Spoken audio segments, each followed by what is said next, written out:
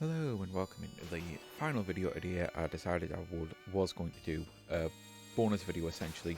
This is discussing the full spoilers story-wise of Mina the Hollower, and I will actually get into more of the really deep spoilers. I realised in the middle of doing the last video when I said full spoilers, I didn't want to do that because I was trying to impassionately play people to play the fucking game if they thought they could manage just a great 2D Zelda, because that ultimately this isn't the hardest game at all, and I'm not trying to boast or anything. These aren't like the most amazing stats, and I definitely need to discuss through, but I need to go to the screenshots. So deaths in Lona's Landing: 1, 2, 3, 3, 4, 2, 1, 0, 1, 2. Where's the next one? 1, 0, 1, 2, 6, 3, 2. Then we get Coltrane Peak 20. I was doing environmental stuff, and the environmental stuff got me killed. Not to mention, that is where most of the actual environmental enemies, just enemies of the environment, were the toughest. This felt like the game's homage to the mountaintops in Elden Ring, because in Elden Ring, that is known as the most brutally difficult area. That was where the first time I actually got a lot of deaths outside of a dungeon. And then down to, I think, 8 in the Astral Orony, 0 in the Manor Foyer, which I'm assuming there's no way to actually die in there because there's nothing to even do, and then Radiant Manor, 37. And that's basically because that's when I found the game did a difficulty spike. All of the bosses, for the most part, you can just stand there and wail on them. That's the one where I actually had to learn a pattern. And I'm not going to lie, as much as I love hard games, I'm actually really glad they give you the generous checkpoint between the phases of the final boss fight, because doing the first boss fight was a bit of a grind, because it got to a point where I realised if I just count how many attacks, that's when it's vulnerable. So count the attacks, do the vulnerability, bam, killed. But I didn't want to keep doing that every time when I failed, and it only actually took me 3 lives, I believe, to do the second phase. Second phase was stupidly easy. It really was a case of I could just spam items, and the grenades, which I absolutely love the grenades. I actually meant to mention them in the last video because I'd saved a video somewhere of how much I love the little purple grenades, because they basically show you how to create light, and you can use them to spam health back and everything. Love them. So yeah, the second phase, ridiculously easy, just like most of the game for me. But the first phase had to learn the actual pattern, and it did take a few, and I think I would have done it in fewer deaths, but yesterday I was having one of those. I was awake for 20 hours trying to sort my sleep cycle at the moment. I was in blinding pain with my head, and I had so much medical marijuana inside me, it was unbelievable. And I spent a good 10 or 15 lives just messing about trying to brute force the boss, and I'm like, I know I'm being stubborn, I need to shut the game off. I wanted to beat it tonight, but just go to bed, wake up, do it fresh, learn the pattern. So out of the 37 deaths on the final boss, you can probably remove 15 to stubbornness. This game is genuinely, I think, one of the greatest 2D Zelda games ever made, and I now wanted to actually discuss the stories, discuss everything, because I'm assuming there must be multiple routes. I've literally only just finished the game the first time, so I haven't done any of the other stuff, but I wanted to go into here to show my actual results. I had a feeling I was going to get some bad things in these, because I love the fact that this game gives you so many options to fuck up that it feels intentional that you're not supposed to do everything right on your first time. I accidentally did so much. I accidentally healed the bad guys, second in command. I didn't mean to do that. There's just so many little fuck ups like that where I'm like, I don't want to do this, and it was an accident.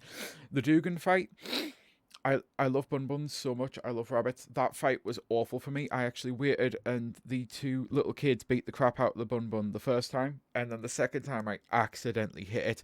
And when I accidentally hit it, I figured I might as well do it. But anyway, I'm going off on tangents already. So my R6, I accidentally took a couple of multiple screenshots because I took them at the wrong time, I realised. So these might repeat. So R6, Kiosk Fills the Street, kind of figured that. The Catacombs Cumble, I had a feeling I had missed a bunch of stuff in the Catacombs. I wasn't trying to 100% at this time. I wanted to just experience the game and then try to 100% it when I go through a new game plus, which I'm definitely going to do. Some areas I spent more time in others. Some areas I know fine well I left a bit of stuff. Knox's Bayou, I did the waterways were clear. Bone Beach, plundered and left in peace. The Hollowers Guild was buried by blame. Yeah, not surprised. September, Judgment and Justice, Culture and Peak, Teaming the Frozen Wilds. Astral Ornery, Seeking a New Frontier, where I'm assuming this is where the moth becomes the Radiance from Hollow Knight. Love that. That's got to be a reference. It just has to be. Love that fight. So Radiant Manor, lawless and leaderless, and I got chased by a bunch of people who were really not happy with me, and I'm like, yep, I'm honestly not surprised about this. This game's brilliant, and I want to go through it all over again and make different things. I'm going to replay this again and again and again. I'm going to go for all of the different stuff I didn't do last time. I know fine well I'm going to mess some other stuff up. I'm going to do different runs. This is the kind of game I'm going to do runs where I do things in specific orders, where literally just going back through the areas real quick, I might not do Nox's Bayou on the next one, intentionally leaving it awful just to see what that ending's like. So I'll have to go through where everything's kind of like good, everything's kind of bad, everything's kind of indifferent, because some of these are just, I think, an indifferent thing here. I have a feeling this isn't a game of absolutes where it's like, this is the right and this is the wrong. I have a feeling there's a lot of grey area in this game. Oh man, the whole thing with Thorn was so awful, because straight from the beginning I'm like, you are one of the coolest things I've ever seen. I love you already. I hate that I have to fight you because I've got a strong feeling you are not the villain. And yeah, the way, like, it was telegraphed so much. Like, I don't think it was supposed to be a mystery. It was so obvious that Thorn was good, and the Lionel or whatever the lion was called. I'm terrible with names, especially when I don't care about things, and I don't care about lions and eagles. It's like, everyone has those things with animals that we love and we weirdly have things against. I'm that way with lions, I'm that way with eagles. I personally think sharks are completely misunderstood, and dolphins get a way better rap than they deserve, because dolphins do some pretty messed up stuff in nature. But anyway, can you tell I'm high at the moment and I go off on a weird tangent at times? But yeah, I loved Thorn. We hated the fact that he was clearly going to be the one I had to kill and I didn't want to kill. But the game's story, with all of the things that it represents and showing through, and there'll be stuff that I'll have missed, and it'll be like Silksong was a lot more clear cut. Silksong really was a lot more clear cut. There were so many moments of playing Silksong that I'm like, yeah, it's pretty obvious you are taking shots at religion. It's pretty obvious you're taking shots at capitalism. It's pretty obvious you're taking shots at people grinding their lives away. Like, there's so many things. There'll be tons of that in this. There will be, but it's a lot more subtle and a lot more open to interpretation, and there's some things that I'll have definitely figured out and some that I won't have at this moment in time. The amount of depth with it, it's just, I'm already forgetting characters that I wanted to talk about. Oh god, because I know fine well I mentioned the kids with Dugan, and the fact that Dugan does become a kind of demon, I'm like, I didn't find anything with that again, and I assume there's a part 2 to that fight. I assume I have to do something with the demon side of things. I assume there's more to do with Pinky, because I could never figure this whole thing out. That there's so many little side stories that I've got left open that I don't fully know what's happened with them. There's a character in the Bone Sands that just suddenly gets ingested by his pet, and you attack. Like, there's some weird stuff in this game. There truly is, and yeah, it's. I'm not a law person. I'm really not. This game is probably a little. Mina the Hollow was probably a little too law-wise, like law-heavy, for me to have fully got a lot of it. With Silksong and everything, I was able to grasp a lot more of it because it was a lot more readable law, I found as well. There's a lot more things that, through exploration and through the world building, I was able to piece together and figure out, whereas with this, there are a lot of things that I know from my life yet to grasp, and it's why this part of the video is not the best, and that's why I'm going to move on. Seeing as I had to do a cut for brain fog anyway, which I'm about to explain when this part ends, this is a very quick interjection where I say apologies about the doors Basically, it's allergy season. It's not just Pride being June, it also is allergies, and I'd taken a nose spray to try to combat it. I didn't realise how badly it was being picked up on the mic. It's something that I now know going forward that I have to be aware of. But yeah, apologies. I was just constantly sniffling, and I sniff very violently because my sinuses are completely screwed.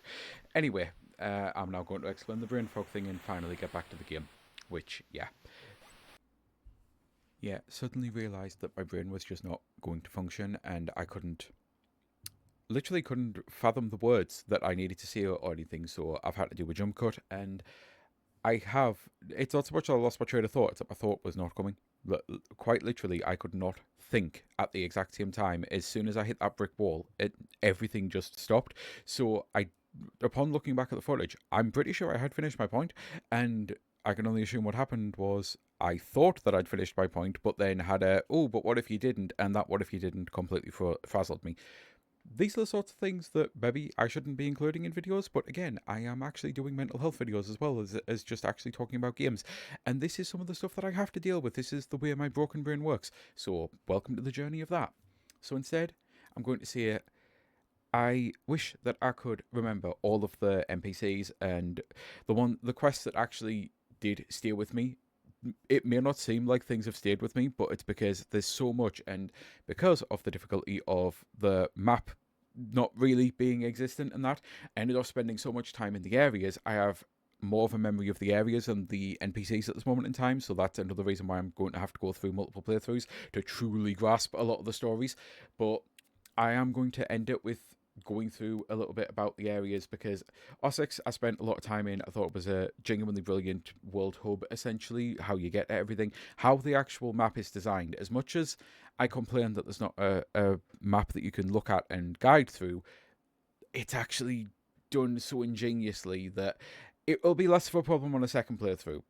It's the sort of thing that I worried that I'd struggle to be able to play this without it, because I truly do need it in Silksong and Hollow Knight and any Metroidvania. I truly do need it.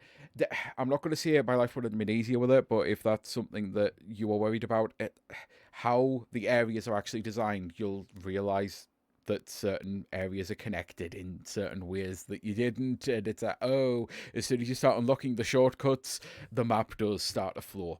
So yeah, apologies for that side tangent. Ossex, really loved it. The crypt, loved the design of it and wanted to go back there. I know from will I missed some secrets. The Bayou, it was some of the more fun puzzles and ways to teach me how to actually use the burrow. This is an area that I was hating because I didn't have the knowledge, and as soon as I got the knowledge, I'm like, oh, this was actually a masterpiece in design. Bone Beach is easily my favourite area. On top of having the best world puzzles, it is just everything about Bone Beach. I loved it. Septemberg was a close second, maybe close third, because I did love Coltrane Peak a hell of a lot. The Astral Ornery was one of those things that was an absolute wow. Everything about it. To be fair, I'm starting to think maybe this is rearranging. Maybe that's my second, because the only problem with that was it had some of the most inventive puzzles and some of the brilliant, like, wow-worthy moments, but it's so short. It really is here for a good time, not for a long time. The Manor, didn't enjoy it. I felt the entire Manor, like, there's some runbacks. These were some of the worst runbacks in the game for me. And again, I was playing through an absolute awful pain spell. It's the same as how the final boss took me more deaths than it should have as well. There's definitely some that if I'd just took the break, I would have died a hell of a lot less in here, but these were some of the most annoying runbacks because that was where I was having some of the difficulties with the burrowing, not accepting that I was trying to burrow and thinking I was trying to wall burrow instead. I know this is stuff that I mentioned in the other video, but I'm assuming that you've watched that and then came to this essentially. Oh, I've never done that before, so didn't realise that if I tried to access the trade without a ticket too many times, it would just pull away, so that's cool. Learning new stuff as I'm going here. But yeah, everything about it, from start to finish, this is one of those games that I want to play it again and again and again and again and again. And I actually, as strange as this is, because of how much I'm enjoying playing my 3DS at the moment, I really wish I could play this on the 3DS. I seriously do. I would buy it so many more times over just to be able to play it again on the 3DS, because I actually think it would run. But anyway, I think this video's done. I'm going to say until the next time, in case it's not coming across, I really do feel that even if this is not the sort of game that you think that you would play, you should give it a go if you like old school 2D Zelda and old school Castlevania. Those are the two games that you need to kind of like. You don't need to really care or like about Souls games to be able to get into this. There's definitely a lot of Souls in this, but at the same time, there's a lot of the modifier stuff, and I haven't actually looked at any of the new stuff that I've just unlocked, so I'll have to do that at some point. I've still never fully looked at this. Like, this is as far as I've gone. I've went in here and seen that you can adjust combo stuff, but I haven't actually clicked on any one of them. I haven't even done with the visual either, and I probably should have done that. So maybe there's some stuff in here that would have helped me, but it's that I needed a map, not any of this stuff. None of this would have really helped. I'm already interested in max buff. Too many modifiers. Okay, but yeah, there's so much that you can do here to tweak this to your own game, and that's something that a lot of people may not want to accept with that, because I've seen some discourse about this. I've seen people actually pissed off that you can do this with Mina. We all play with our toys in different ways when we're kids. We all imagine things in different ways. We all play with Lego in different ways. Video games are toys. Why is it an issue if someone plays with different modifiers on? Play it how you want to play it. I've still never figured this out, and this is where I'm going to actually end the video, because this is the area that I wanted to get back to. I've been trying to remember where this is. I think I need different movement abilities, but I think I can do this. So yeah, figure out what modifiers work for you. If you like 2D Zelda and 2D Castlevania, I truly think you'd love this. I don't know what takes this for my Game of the Year spot right now. Okay, with that, until the next time, I truly do hope you have a great rest of your day. Bye.